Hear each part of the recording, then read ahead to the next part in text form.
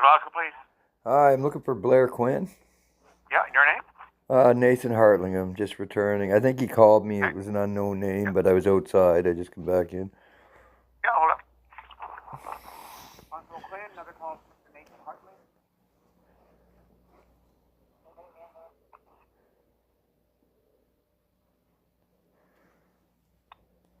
Hey, Nathan. Hey, how you doing? Good. So one of our officers did try to get a hold of you a couple times. Okay, well, Anyway, Halifax police sort of stole my phone on fake charges, but anyway, yeah.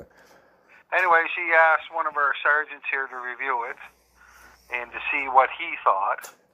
So he put a little review on here, so I'm just going to read you what he put. Can you tell me So what when sergeant that was? Detective Sergeant Jason McKinnon. Jason McKinnon. Okay.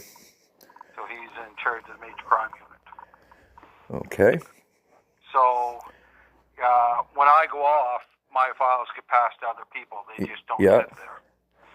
So he said, from my review of the information available, appears a complainant, you, was upset over the fact that child welfare employees had submitted an affidavit to family court status saying that you were drinking on the night of the incident with you and your ex-partner, which resulted on both them losing access to their children, correct? That's part of it. Yeah. It appeared that it went before family court and was heard by Judge Tim Daley. Furthermore, it appears evidence provided by, that you say you're upset over the evidence provided by child welfare workers, and you took some issues with regards to what they said in their testimony, correct? Yes. Yeah, because it wasn't accurate from what you said. That's right. Because they said you were drinking. So Well, they when said we I was looked at- drinking and I was at the house, but my text messages showed I wasn't. I was texting her back and forth. Yeah. I wasn't home that night. I came after she sent me a really disturbing message, and I was worried for the kids, so I went back, and that's when I found her. But yeah. Yeah. So basically it says where the matter was before the court, Judge Daley would have heard evidence provided by both parties to make a determination of the evidence to weigh in the testimonies of all parties. Section 289 defines defamatory libel, the one that we were looking at, as a matter punishable without lawful justification or excuse. Certainly fall within the mandate and expectation of child welfare to provide and or provide affidavits to the court, which certainly constitute lawful justification of their duties. Based on the information occurrence at this time, he didn't see that there was enough to meet the threshold for a criminal offense. Oh, okay. Well, you forgot the main part. The main part of the evidence isn't there. Is that Margaret and MacFarlane took the stand and said she did not take my evidence. She saw it. She looked at it, but she didn't take it. She told me to go to a worker below her and give it to them, which they didn't take it. They didn't take it to begin with. That's why I asked for a supervisor. So they refused to take my evidence. And that's the biggest part of it, Blair. And that's obstruction of justice.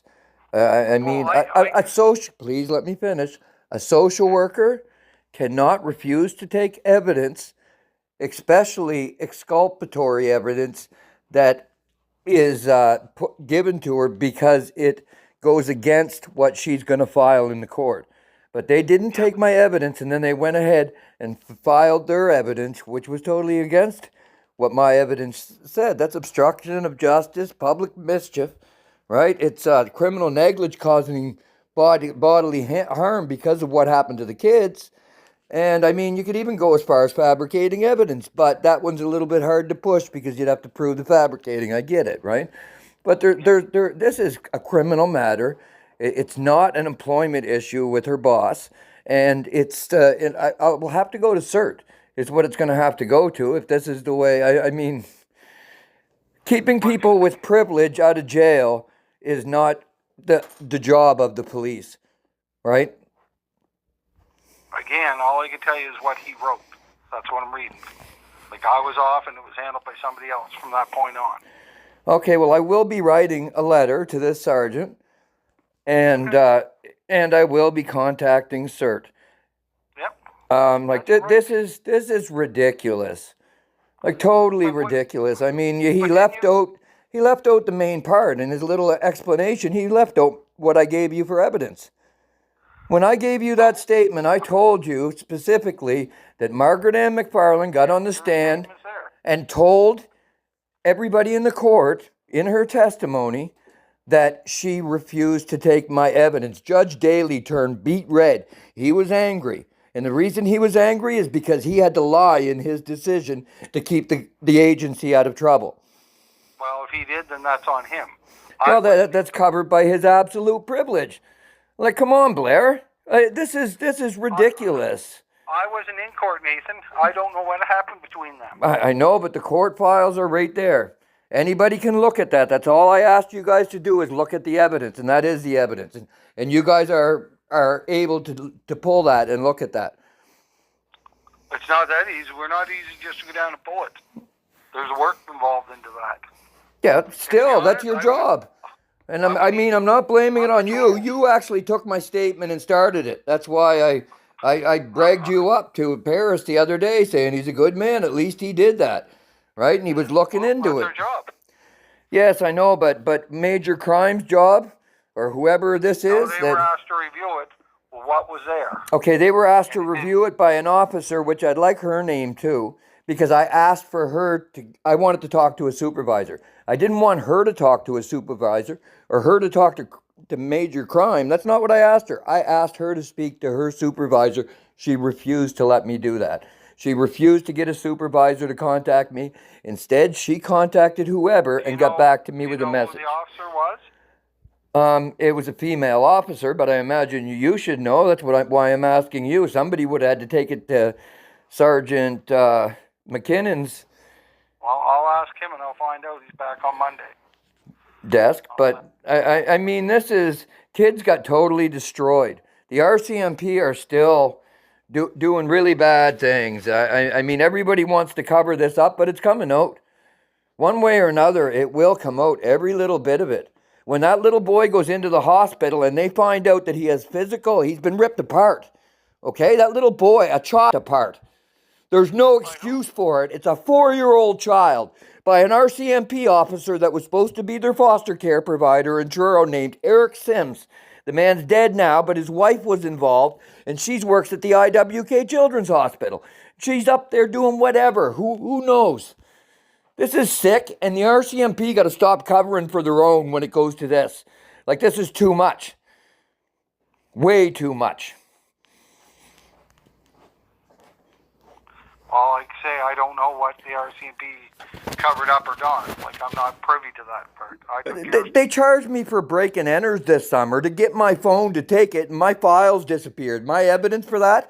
I've got more, but a lot of it disappeared because they stole or set me up for break and enter charges that I didn't do from a wanted ad that didn't look like me. I had 8 officers look at it and say, no, that's not him.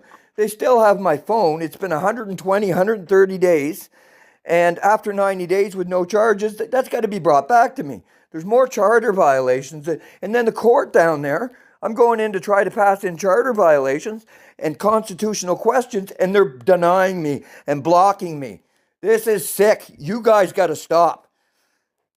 This power's gone to people's head way too much. Well, I'm not privy to that part of what you're talking about or that investigation. I can only talk about what we talked about. I don't know what's going on in them investigations. Yeah, I know you don't. Nobody can do anything because it's RCMP territory. That's why I went to you guys over Margaret Ann MacFarlane to bring you guys into it, because she's in New Glasgow. This happened in the New Glasgow office. But now I'm getting the same runaround by your superiors or whoever, but I'm getting sick of our government hiding child rape. Did you look at or talk to the Department of Justice? The Department of Justice. Oh yeah, well, I've talked to Sean Fraser. He runs it now. Well, that's probably why he's running it. Just like Margaret Ann MacFarlane, when she did this, she had a raise the next week after she did that to me. That's how we get ahead in this world, in policing and in government. There's something wrong with that right there. I don't know if she got a raise, Nathan. I do know she got a raise, Blair. I do know because I was there. She went from that's fine. she went from the manager of that office to district manager the week she did that. Again, I don't know. I've heard the lady's name. Wouldn't know her. She walked in the room. Yeah.